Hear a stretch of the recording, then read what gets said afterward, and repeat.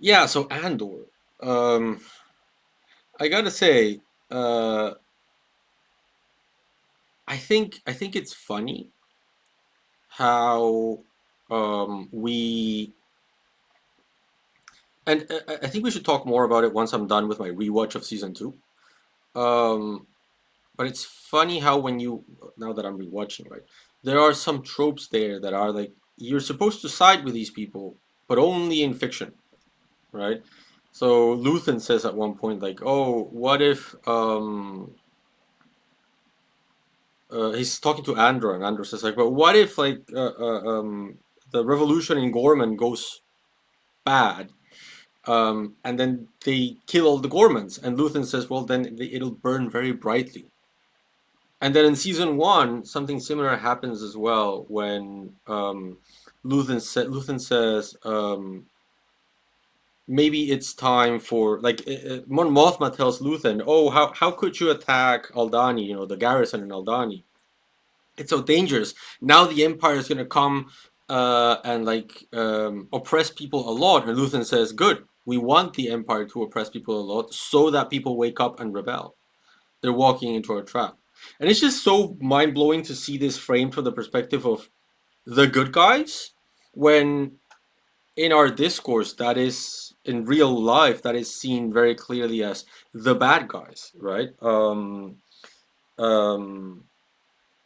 it's interesting to see that parallel play out where we have so few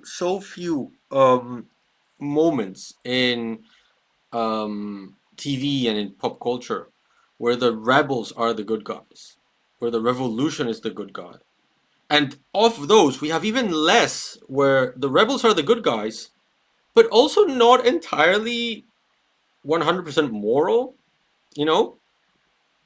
Like, so you have Hunger Games where you're supposed to side with the rebels, but only with the non-communist rebels, um, because Katniss is pure, um, and she's good. Then in Star Wars, regular Star Wars, you side with the rebels, but the rebels are very like fluffy. Like they don't do anything mean spirited or anything like that. Then where else do you side with the rebels? Like I think most other um, shows and movies, the rebel is shown like Captain America, the Captain America and the Winter Soldier, the rebel like Flag Smasher. They have her kill innocent people just so you don't side with them, right? So that you know that no revolution is not the right path. You need to talk to senators. Yeah, Falcon and Winter Soldier, that's the one. Um, and then in where else? Like in Black Panther you're supposed to not cheer for Killmonger because he kills people in the face with a gun, shoots people in the face, right? And he wants to start a global war by shipping weapons and starting like global wars all over the place. Like you're supposed to know that you're not supposed to do that, right? So media tends to show you the revolutionary as the bad guy or as the misguided way. Like that's like uh, revolution corrupts your soul and you end up doing something bad. Um, there's a minority of shows that show you the rebel as the good guy, but it's always a sanitized version of a rebel. A rebel that shoots someone in the face is, I think, only Andor. Like, I can't think of anyone. It's like, and this is a cheering for people that are morally gray is a trope. Like, for example, the show House of Cards. In House of Cards, you are supposed to cheer for what's Kevin Spacey's character, right? You're supposed to cheer for that guy. I forgot his name. It's so long ago. Um, you're supposed to cheer for him, even though he's an asshole, even though he's a bad person, even though he kills. But you're supposed to cheer. Can he get away with it? So and there's this series of Frank Underwood. Thanks, Magic. You're on fire. Like you're a big geek. Um, and you're supposed to cheer for Frank Underwood. You're supposed to cheer for I guess The Wolf of Wall Street. You're supposed to cheer for even like in Inglorious Bastards, right? Inglorious Bastards, you're supposed to cheer for a bunch of people that are going out there to torture and kill other human beings, and you're supposed to go like, yeah, right? Finally, someone's gonna torture these assholes, right? There's another one that I like. It's called Fury. It's a Brad Pitt movie. He's a tank commander in World War II, and you're also supposed to like cheer for this asshole who like shoots wounded prisoners in the face, and you're supposed to cheer for them, right? We do have that trope of cheering for the asshole, but never when they are rebels. When they're rebels, you're not supposed to cheer for them. You're supposed to know that, oh no no, they chose the misguided way. They Flag Smasher started to like explode bombs, and therefore you should know that what you need to do is you need to get Falcon, the Captain America Falcon guy to talk to a senator, and that'll fix it. That'll fix oppression. So you're not supposed to side with the rebel, and when you side with the rebel, you're supposed to get a very sanitized version of the rebel, like to channel Muhammad al-Kurd here. You're supposed to get um, a rebel that is the perfect victim, that is the perfect rebel, I guess, to paraphrase his book, Perfect Victims, where they don't do anything out of the book, and nothing that the rebel does can be gray. You cannot get a Frank Underwood type of rebel. Andor is the first show, season 1 and season 2, that I see that they tell you, yeah, you want to do a revolution. If you're Mon Mothma, you're naive. Mon Mothma is like icon of Return of the Jedi, right? I'm a huge Star Wars nerd, by the way. Um, if you got if you're like Mon Mothma and you try to keep your hands clean, and you think that you can deceive people through some banking movements with your friend Tekolma, um, eventually you're gonna discover that you are naive and that you need to do some shady stuff and that you need to do some bad stuff, like genuinely immoral stuff, like Luthen killing Tekolma even off screen. It's interesting how in Andor is a show where the average people fighting in a revolution, when you see the battle in Ferrix in season 1, when someone dies, when an average human dies, an average person dies, they fall to the ground dead and the camera stays with them. I saw this video by Jesse Gender yesterday. Not yesterday, a couple of days ago, where she mentioned this, and it was really interesting. How, like, yeah, the camera stays with the dead. Whenever the revolutionary dies, the camera stays with the dead and makes you think about the cost of the revolution.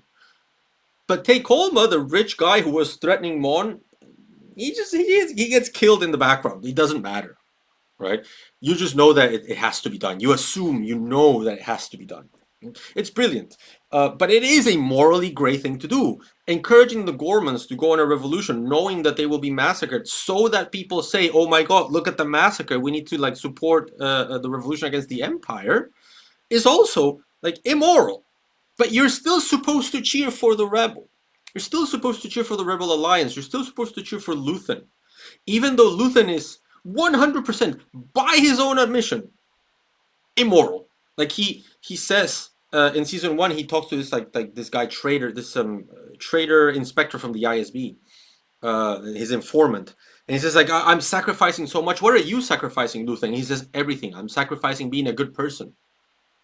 He says like, there's a quote that I love that Luthen says, is, I burn my life to build a sunrise that I know I'll never see. Like I burned my, I think he said, I burned my soul. Like he destroys his humanity so that there can be a brighter future. It's a brilliant quote. And this is a guy who's, I'm sorry, Luthen is an asshole. Throughout the show, he's an asshole. He tries to kill Andor twice at least. Right? Andor himself shoots people in the face. He recognizes in Rogue One, I've done horrible things for this rebellion. It needs to be worth something. Right? So it is interesting to me how we have this massive show that has a narrative of like, yes, revolution is dirty, it's immoral sometimes, but it is still good. And there are still the good guys and the Empire is still the bad guy. I've never seen that. The X-Men is great, but I actually never finished it. I never finished it because I lost access. I think it's on HBO Max, and then I don't have HBO Max here. Although maybe it's in, I think it's in Now TV in the UK. Well, whatever. I love the Expanse on that way as well, but I'm not sure that the Expanse focuses on the revolution. You also get a bunch of like other planetary, politics and stuff. Um, someone says pirated. I will not respond to that, but I will say one thing. I am from Peru. I, that's all I'll say. um, but yeah, I won't pirate it here. uh, um, so yeah, I mean, Andor, in terms of like the politics of Andor, it is the only show I know that shows you the revolution as a morally gray, often immoral thing to do, but that it is still good and necessary. And I think, like, I'm sorry, but we need more of that. We need more of that trope of side with the asshole, where the asshole is a revolutionary. Because like it is something that like it's sorely lacking.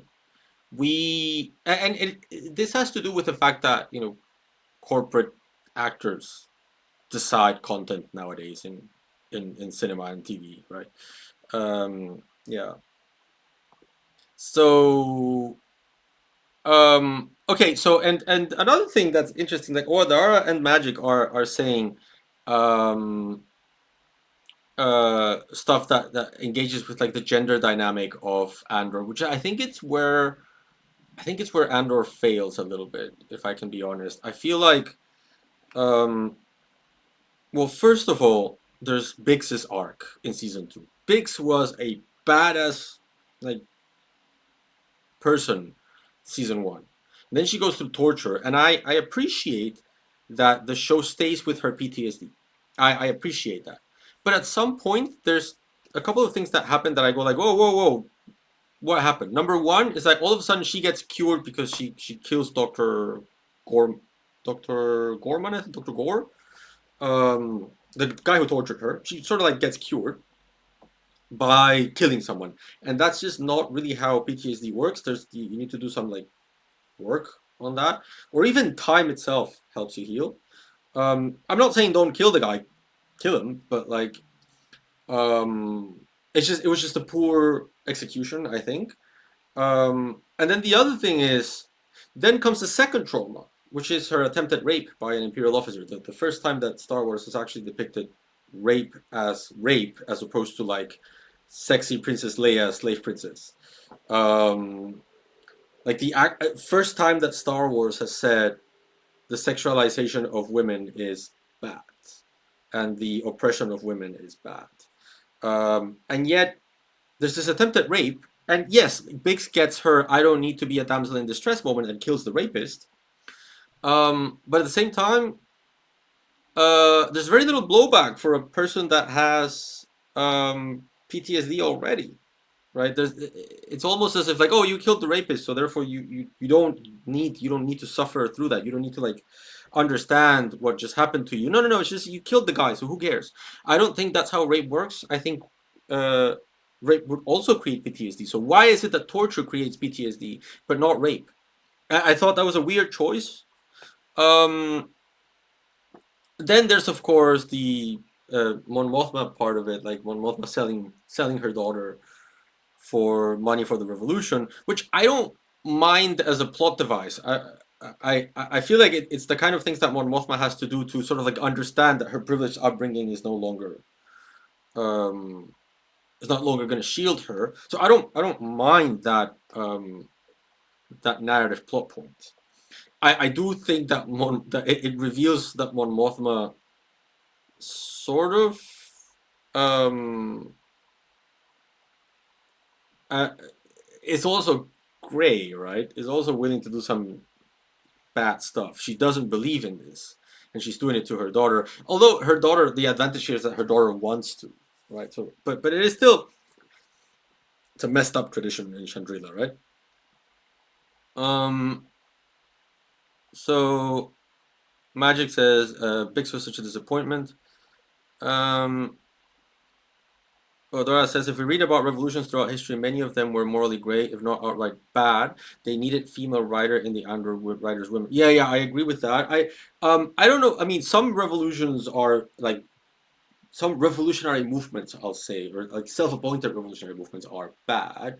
Um, Other revolutionary movements were good on their objectives, bad on their execution, and some are good. Like some are just plain good. Um, for example, I have a huge problem with Che Guevara um, because of La Cabaña. I don't know if you know this, but basically he executed a bunch of people without trial, um, one by one, in a place called La Cabaña. So I have a huge problem with him. He also had like very racist views about indigenous people growing up, and very racist views about black people in South America. Um, but yeah, I'm not a fan. um, but like I wouldn't say oh, that was, I meant revolutionaries individuals themselves can be morally great. Sure, yeah. Che Guevara, who was like when he was growing up, he was like this super idealist guy, and then like he ended up shooting people in the face. Um, then and then the last thing about, and just to wrap this up, so we can talk about Glastonbury. Um, then the last thing about Andor is this finale where like Biggs sort of gets Andor season 3 greenlit by hiding to Andor the fact that, and I'm gonna spoil the end, right? So if you don't want to hear, don't listen for the next 30 seconds. Um, that she had a kid, and then she decides to hide that kid from Andor so that Andor can go fulfill his destiny because she believes that he has a destiny, and die in Rogue One. So Andor dies in Rogue One without knowing that he had a child, which I think it's the most morally depraved thing that Biggs could have done. Like, if you do that to me, I will come back as a ghost and haunt you forever. Do not do that to me. It's such a cruel thing to do, right? I hate when agency and choice are stolen from characters, and the show wants to portray that as noble or understandable. It is not understandable. Like, Andor had the right to choose whether he wanted to fight for the galaxy or he wanted to be with his family. And robbing him of that choice is not progressive, it's not feminist, it's not nice. It's a horrible thing to do. And I don't see in that ending um, much good. It also, like Jessie Gender was saying in her YouTube video, how it's a very pastoral representation of reproduction as well. Like, it's the woman in a farm with a child. It's the ideal sort of like fascist representation of a woman, right? So it's all messed up. It really did not wrap up the ending for me. But the season is very good. I mean, the season is very good.